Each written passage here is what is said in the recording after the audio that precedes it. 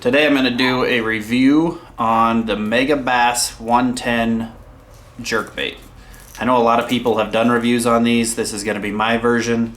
I just picked some up the other day, went and fished them. I was really impressed with the way that they fished. There we go, right there. See if you can see that. The Megabass 110, Vision 110. They also have the Vision 110 plus one, the deeper diving jerkbait. You can see it's got the bigger bill on it right there. So, picked a couple of these up and I went and fished them. And I was actually really impressed. A lot of people had a lot of issues they claimed online with the factory hooks on it. I tried to switch the hooks before I ever fished them. That was a mistake. First day I fished these, I had switched to the Gamakatsu size 6 hooks, short shank, and I could not hook up on a fish to save my life. After I put the factory hooks back on, I had no issues whatsoever. I hooked up with every fish that bit.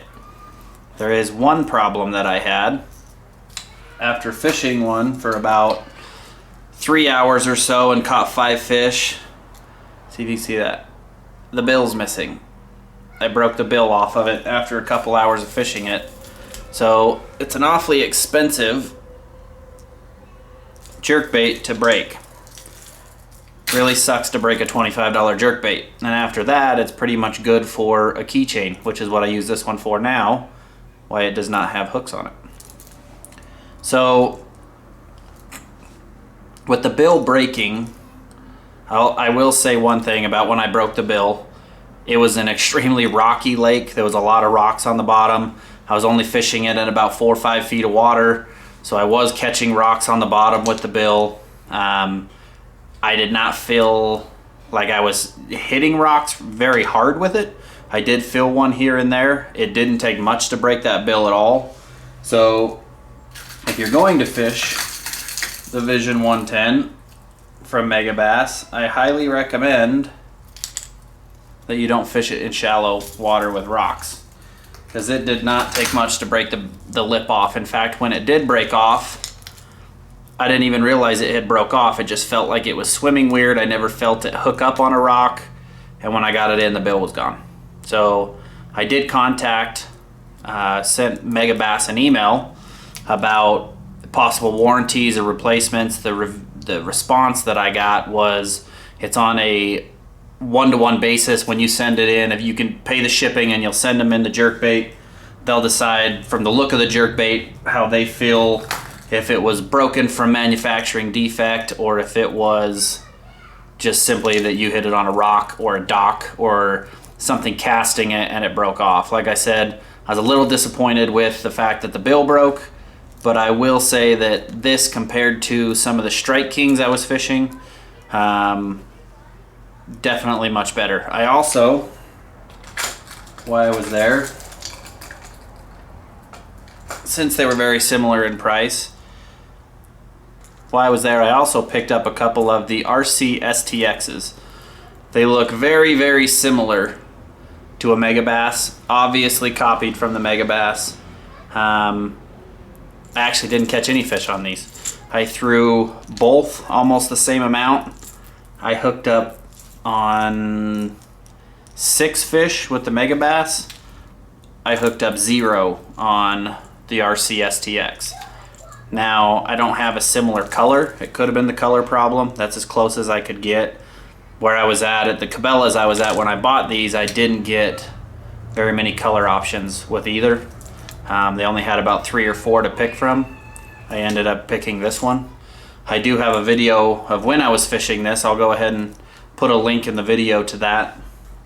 But other than the fact that the bill broke, I really liked everything about it. The difference I've definitely noticed between the two is the rattles inside of the RC STX feel much lighter, have a very, I don't know, light rattle to them. See if you can hear that.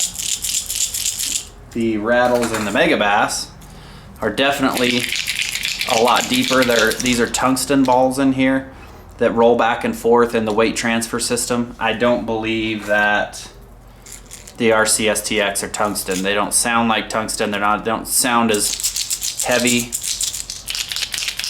or as dense. I don't know if that could be the difference on why I was catching more fish with the Megabass, but definitely there was some sort of difference because the Megabass was where it was at. So I hope you liked my review. I know it was short. There's a lot more detail on a lot of other videos online.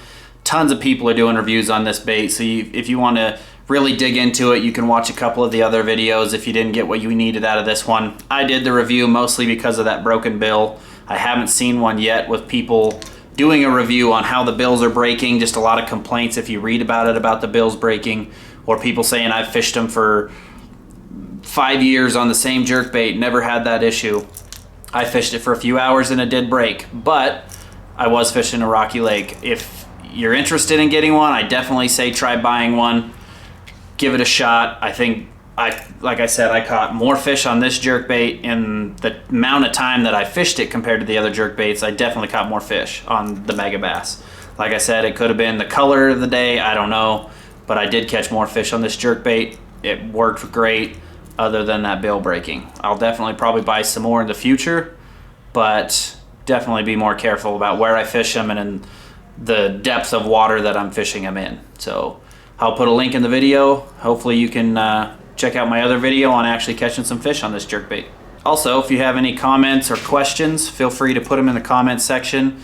If you like the video, if you like any of my other videos, feel free to like and subscribe, and hopefully we'll see you in the future.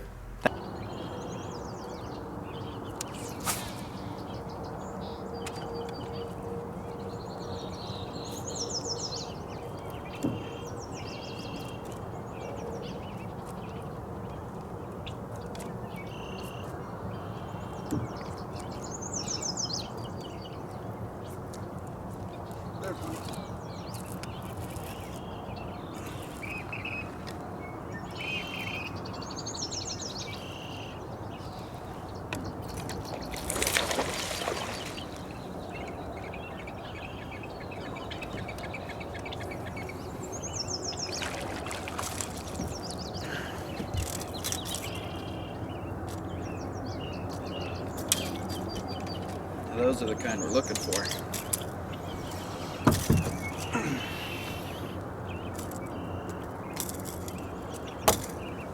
That's what I'm talking about.